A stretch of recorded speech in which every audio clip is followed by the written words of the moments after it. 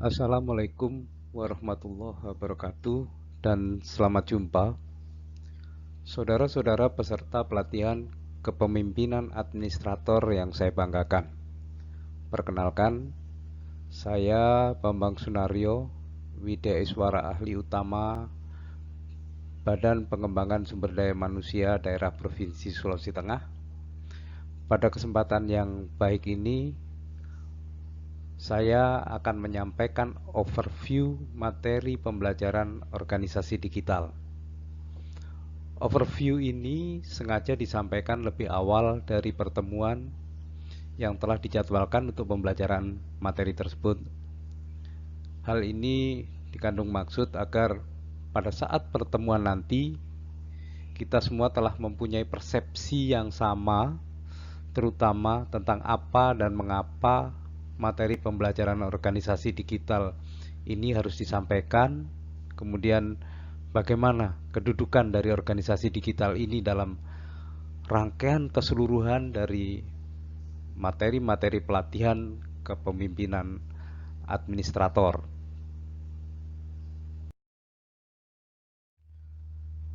Pertama-tama yang akan saya sampaikan adalah kompetensi apa yang dibangun dalam pelatihan kepemimpinan administrator ini. Mungkin ini sudah disampaikan sebelumnya, namun tidak ada salahnya akan saya ulang di sini. Saya pertegas bahwa melalui pelatihan kepemimpinan administrator, peserta diharapkan mempunyai kompetensi manajerial jabatan administrator dan kompetensi pemerintahan sebagai administrator sebagaimana diatur dalam Peraturan Menteri Pendayagunaan Aparatur Negara dan Reformasi Birokrasi Nomor 38 Tahun 2017 tentang standar kompetensi jabatan aparatur sipil negara, dan juga yang termaktub dalam Peraturan Menteri Dalam Negeri Nomor 108 Tahun 2017 tentang kompetensi pemerintahan. Dengan penguasaan kompetensi yang saya sebutkan tadi, melalui pelatihan ini diharapkan dapat mewujudkan sosok kepemimpinan berkinerja. Adapun yang dimaksud dengan kepemimpinan berkinerja itu sebetulnya saya bagi menjadi dua hal besar, yaitu menyangkut perilaku dan kinerja itu sendiri. Tentang perilaku, yang dimaksudkan adalah membangun karakter dan sikap perilaku kepemimpinan Pancasila yang berintegritas, menjunjung tinggi etika birokrasi yang berwawasan kebangsaan, serta bertanggung jawab dalam memimpin seluruh kegiatan pelayanan publik di unit instansinya sebagai bentuk kemampuan kepemimpinan Pancasila dan nasionalisme. Sedangkan untuk kinerja itu sendiri yang dimaksudkan adalah mengaktualisasikan kepemimpinan kinerja dan manajemen kinerja sesuai dengan bidang tugasnya dengan melakukan inovasi, kolaborasi, dan mengoptimalkan seluruh potensi sumber daya internal dan eksternal dalam rangka peningkatan kinerja organisasi serta administrasi pemerintahan dan pembangunan di unit instansinya. Adapun struktur kurikulum pelatihan kepemimpinan administrasi ini terbagi dalam 4 agenda, yaitu yang pertama adalah agenda kepemimpinan Pancasila dan nasionalisme, kemudian yang kedua adalah kepemimpinan kinerja, yang ketiga adalah agenda manajemen kinerja, dan yang terakhir adalah agenda keempat, agenda aktualisasi kepemimpinan. Agenda yang pertama adalah agenda kepemimpinan Pancasila dan nasionalisme. Adalah dalam agenda pembelajaran ini membekali peserta dengan pemantapan pemaknaan konsepsi Pancasila dan nasionalisme serta penetapan nilai-nilai bela negara, integritas moral, supremasi hukum dalam konteks penguatan kedisiplinan dan kapasitas kepemimpinan bela negara dengan memperhatikan kearifan lokal sehingga peserta memiliki kemampuan untuk mengaktualisasikannya dalam jabatan dengan mengelola kinerja organisasi sebagai bagian dari upaya bela negara. Tentunya ini saudara-saudara sekalian telah memahami, karena telah melewatinya pada agenda pertama. Demikian juga agenda yang kedua juga sudah dilewati. Di mana agenda kedua ini adalah agenda kepemimpinan kinerja, di mana agenda pembelajaran ini membekali saudara-saudara sekalian dengan kemampuan mengelola perubahan di sektor publik yang didukung oleh jejaring kerja dan komunikasi yang efektif dalam memimpin pelaksanaan kegiatan pelayanan publik dalam rangka pencapaian organisasi berkinerja tinggi dengan mengedepankan kepemimpinan transformasional.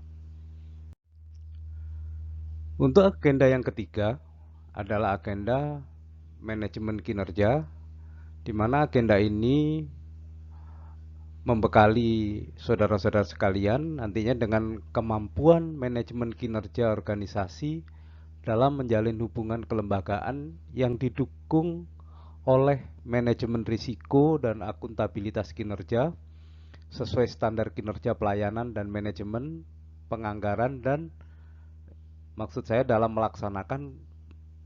memimpin pelaksanaan pelayanan publik dengan memanfaatkan teknologi informasi sehingga pelaksanaan kinerja organisasi berjalan dengan optimal.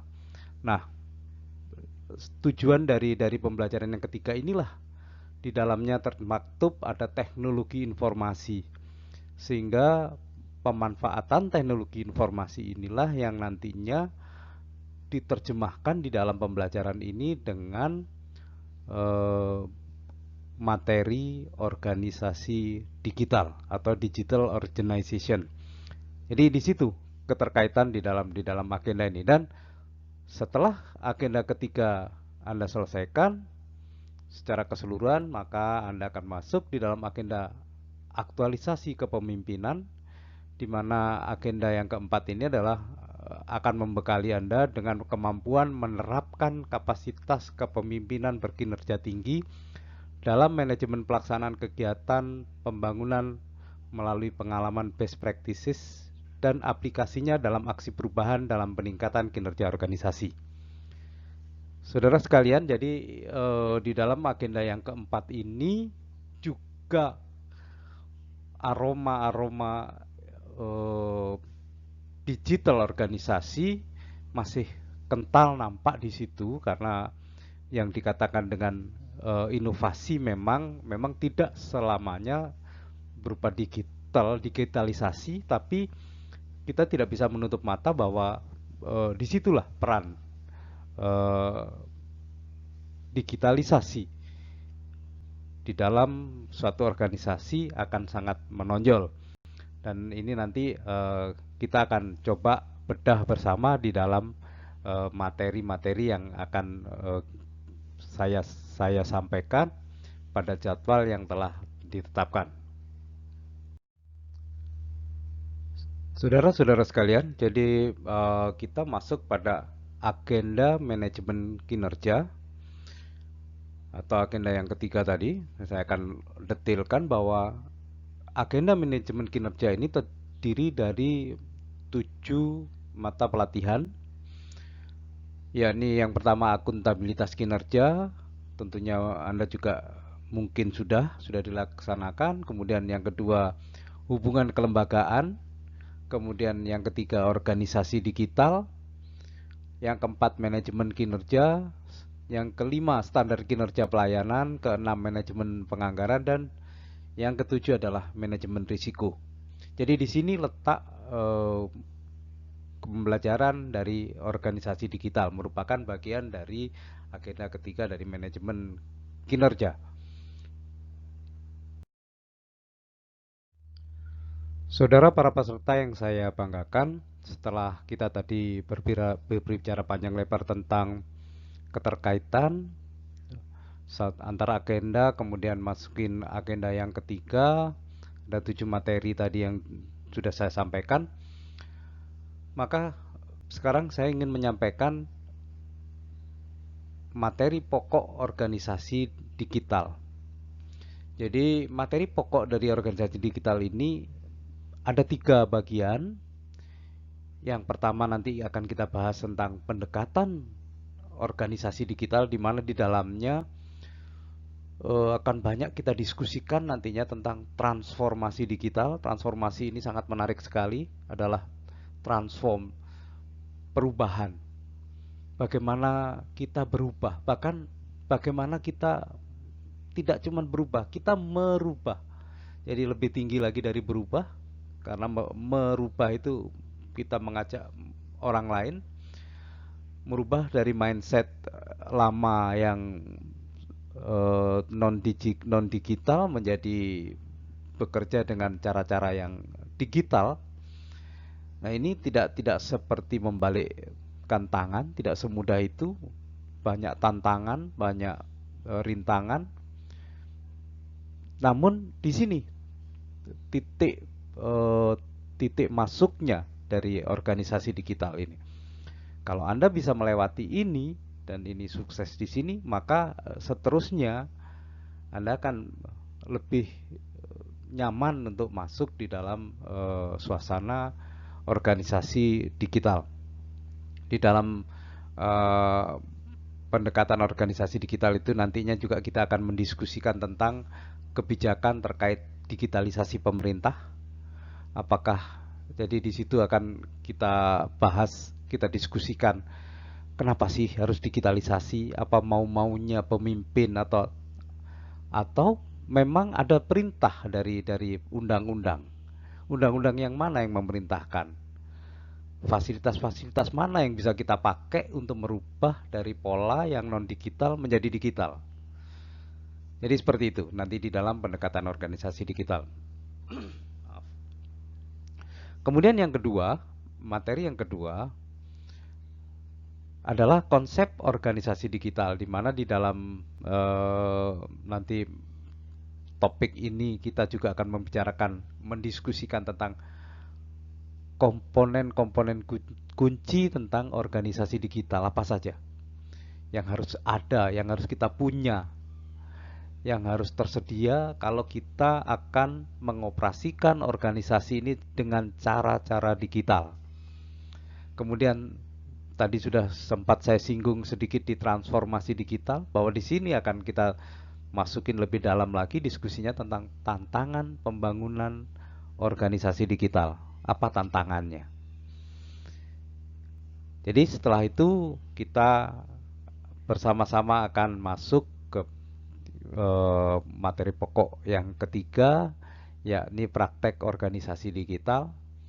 Jadi di situ nanti kita akan mencoba untuk menggali, berdiskusi dengan sesama peserta. Jadi tentang sukses story. Bisa jadi unsuccess story, jadi kegagalan untuk mendigitalisasi organisasinya. Jadi tidak hanya suksesnya saja, jadi nanti kita akan juga mencoba mencari contoh-contoh kegagalan untuk kita diskusikan sebagai bahan pembelajaran kita, supaya kita punya persepsi, punya gambaran yang lengkap tentang memasuki dunia organisasi digital. Jadi itu kira-kira gambaran yang ketiga materi yang akan kita diskusikan pada jadwal yang telah ditentukan di depan. Demikian overview singkat yang dapat saya sampaikan. Semoga overview ini bisa menjadi pembuka wawasan saudara-saudara sekalian tentang materi pembelajaran organisasi digital yang akan kita diskusikan bersama di waktu mendatang. Demikian, terima kasih. Wassalamualaikum warahmatullahi wabarakatuh dan sampai jumpa.